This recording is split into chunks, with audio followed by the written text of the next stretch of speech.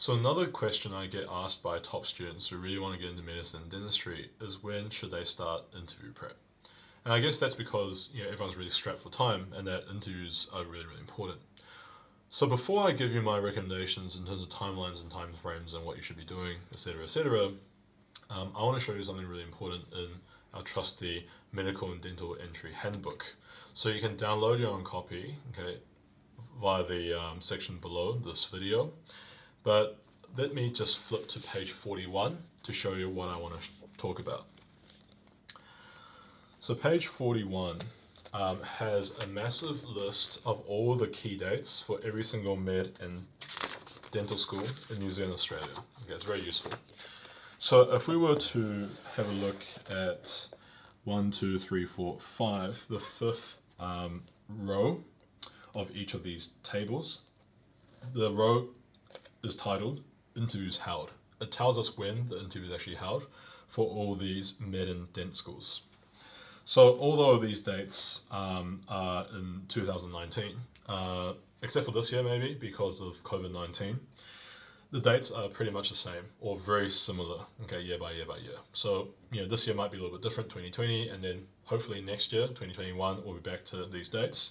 But it's, again, to show you the rough time frame. So I'm just going to read out some dates. Charles Sturt University, Bachelor of Dental Science, the interviews are held 18th to the 22nd of November. All right. So New England, Newcastle, the Joint Medical Program, that's what's called. They have their first round, main round, 25th November to 6th of December. And then second round for people who are in other states, 20th to the 21st of January. And then for University of New South Wales, you've got the main round, and when I say main, first round, that's for local students of the same state, 18th to 23rd of December, and then you've got interstate applicants on the 16th, 17th of Jan, Western Sydney, 25th to 29th of November, University of Sydney, 20th of December for the first round, 20th January for the second round, and then we look at other medical schools such as University of Adelaide. So those interviews are held, according to them, late November to early December, and that's for both medicine and dentistry. Also, other med schools like Monash. Monash is for Victorian applicants, the 3rd, 6th to the 8th of January. Interstate applicants, 21st to 22nd of January. For Western Australia, for local applicants, the 5th to 6th of December, second round, 21st to 22nd of January. That's for Curtin University, Western Australia, late November to early December for Western Australian applicants, and mid to late January for interstate applicants. So, long story short, they're everywhere. From the moment you pretty much finish your final high school exams, which depending on the state you're in, could be something like the 10th of November to as late as even around the 20th of November. I'm specifically referring to the Victorian students, and if you do IB, you'll finish something around that time as well. There really isn't a lot of time, okay, for you to prepare, especially if you're eyeing one of these medical schools and dental schools that have their interviews much, much, much earlier, like the 25th of November, or even Charles Sturt, the 18th to the 20th. So that becomes a big issue because interviews are worth a lot. Okay, it's worth the most out of all the other selection criteria per unit time in terms of how many marks per unit time is contributed to your overall weighting. So that means you really can't expect to do the bulk of the preparation after you finish your final exams and having like a week or maybe maximum 2, or maybe in some cases only a few days before your first interview, right? That's just a little bit suicidal in my opinion, okay? So what you really need to think about is how you can structure your time. So interview preparation, I would say if I was to give you a random figure in terms of what you kind of be aiming and looking at, just so that you get a better idea, not so much you have to stick to it, will probably take something like, if you want to do really, really well interview, if you prepare properly, that's a big if, by the way, so check out my video before this one about how to prepare properly, maybe around 100 to 150 hours. Okay, and that's including the content creation, getting that really, really well done, which will take up most of your time, as well as refining all the other steps. Okay, so you can check out that video as you need to. And the idea here is that it takes a lot of time because you want to have it as high quality as possible. And the skills need to be so refined that they're second nature, so you can actually properly engage in interviews instead of worrying, what am I supposed to be doing now? Instead of doing that, you need to actually have it locked down. So we actually ask students to start a lot earlier and leave the final week or two to refine things. So that's really what that is for, refining things. But you realize a lot of students don't do that because they're not aware of how to prepare for interviews, how important interviews are, okay, in some cases.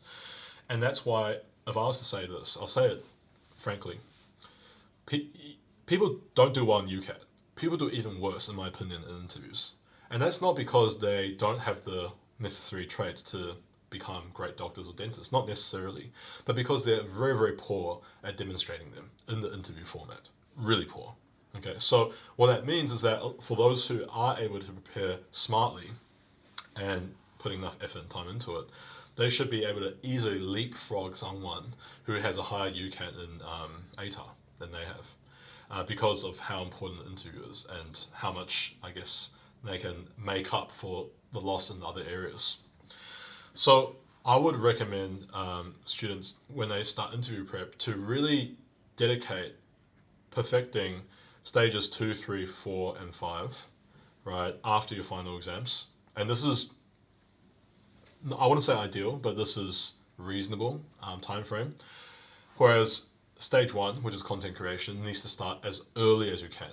So when I say as early as you can, I'm talking about even as early as year 10, year 11. Just start going out there, doing voluntary work, not just voluntary work, but doing the kind of voluntary work that will help you build the skills, the attributes that medical schools and dental schools want. So you need to actually do some research first before you figure out which type of voluntary work you want to do. Not only voluntary work, but extracurriculars, maybe paid work, maybe going out there, exposing yourself to new environments, becoming more understanding in terms of how empathy is really used in the hospital setting, things like that.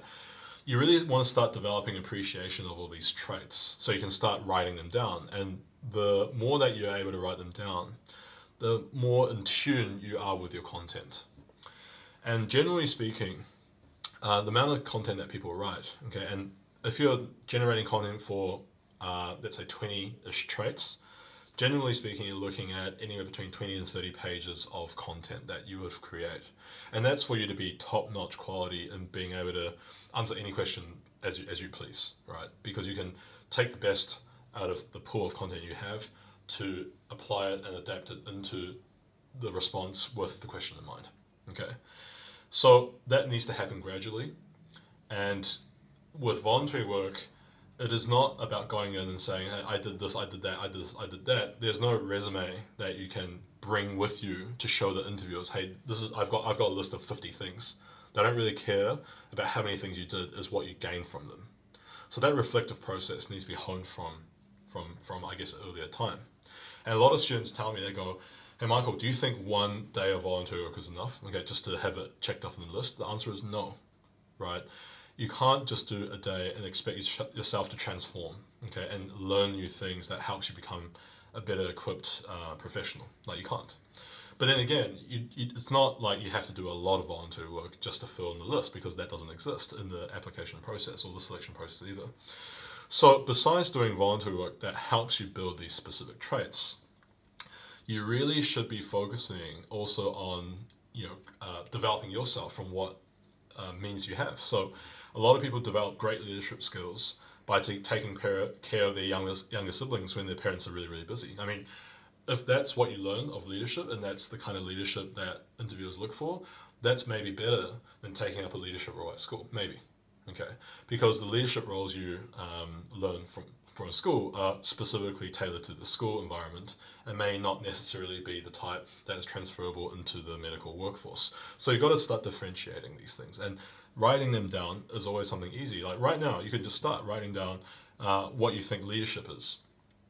Try to write it down, and you have to write it down, which forces you to articulate, okay, your thoughts. As you do that, Okay, you'll realize that it's really, really difficult because nobody spends time thinking about these things on a normal day-to-day basis. So provided that you're able to finish this content creation worksheet, that means now you have the substance to add on to answers to questions that you're asked. And between the time that you finish your final exams until the actual interview, that's when you work on your ability to identify opportunities, stage 2, stage 3, quickly taking content that's relevant to your answer, stage 4, finding out an order, a structure that makes sense, that you're happy and comfortable with, and then you're responding to that. Responding to questions by answering it with all these things in mind, the planning part. And the more you get used to it, the more creative you might be, the more at ease you might be, the more comfortable you are, okay, in, I guess, scoring. So really, when you ask interviewers about when to start prepping, I haven't come across an interviewer yet that says, oh, like the day before or like, this amount of time. You can't cram for this stuff because it is a skill. And the content is based on how much effort and time you put into it. And like I said in the previous video, if you come back to the content and refine it gradually, you might want to work on it during the breaks, and then you come to it every second week and then just have a review of your content. You might want to add more things. You might get more inspiration that you want to include in your content, and that's great. But it's really a progressive process, and it's never too early to start thinking about why you want to study medicine and dentistry. In fact, it's probably quite important that you think about that before actually committing to medicine or dentistry, because a lot of times you get people who have ideas about medicine and dentistry that is frankly untrue, and they get really disappointed, okay, in the interviews that that's what they're looking for, and they haven't actually really thought about it to the extent they should have. So the bottom line is this: the interviews are interested about you. How well do you know yourself? You might think you know yourself very well, and I wouldn't say any otherwise, but can you talk about it? Can you talk about it with confidence, with finesse, okay, with authenticity, with a sense of engagement, that you know that after looking at yourself and then after looking at medicine and dentistry and what opportunities those careers provide, that for who you are, you're going to be a great fit and be a happy health professional doing the kind of things that doctors and dentists do on a day in, day out, and find it extremely meaningful. So that's what I recommend you do. Start the content creation as early as possible. I would say the content creation would take up maybe 60, 70, maybe even 80% of your whole total prep. That's how hard it is to do a good job of it. It also means that if you do commit that time to content creation, it means that no matter what you say in your answers, it's going to be way better quality than anyone else. So that's it. Hopefully that helps.